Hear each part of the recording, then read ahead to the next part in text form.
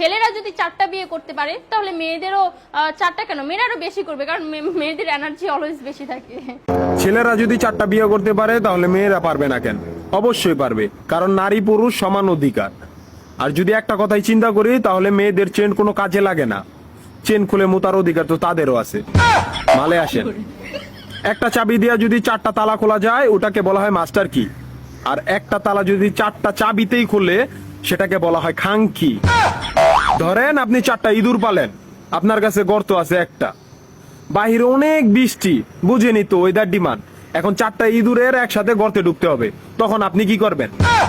ধরলাম উপরে নিচে মিলাই আরো 2টা আছে, হ্যাঁ, তাহলে 4 নাম্বার ইঁদুরটা কই যাবো? কানের ফুটা দা না নাকের ফুটা দিয়া? হ্যাঁ, তার মধ্যে মাসের মধ্যে 7 দিন থাকে লকডাউন। আমি মানি, আমি না শুধু সবাই মানে মেয়েদের অনেক পাওয়ার, মেয়েদের অনেক এনার্জি। তাহলে দেশের মধ্যে ঘন ঘন লোডশেডিং হয় কেন? আমার মাথায় কোনোভাবেই ঢোকে না। একটা ছেলে যদি 4টা বিয়ে করে, 4টা ঘরে যদি 10টা সন্তান থাকে, তারপরও বাপের নামে একটাই থাকবো।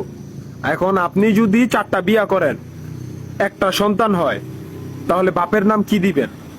সলিমুদ্দিন, কলিমুদ্দিন, আনোয়ার, মনোয়ার, নাকি গড়ে মিলাইয়া জানোয়ার? আপনি কি নারী না ঢাকা শহরের লোকাল গাড়ি? 30টা সিট ফুল, 20 জন দাঁড়ানো, তারপরও বলে পিছনে সিট খালি, ওঠেন তাড়াতাড়ি, পিছনে সিট খালি, ওঠেন তাড়াতাড়ি। শুধু এই সমস্ত মেয়েদের কারণে পুরা নারী জাতির সম্মানহানি হয়। আমাদের উচিত সিটি কর্পোরেশনের কুত্তা মারার ইনজেকশন দিয়া এদেরকে মেরে ফেলা, যাতে এদের জন্য অন্য কোনো মেয়েদের কেউ খারাপ নজরে না দেখে। মা রানী কোনানকার।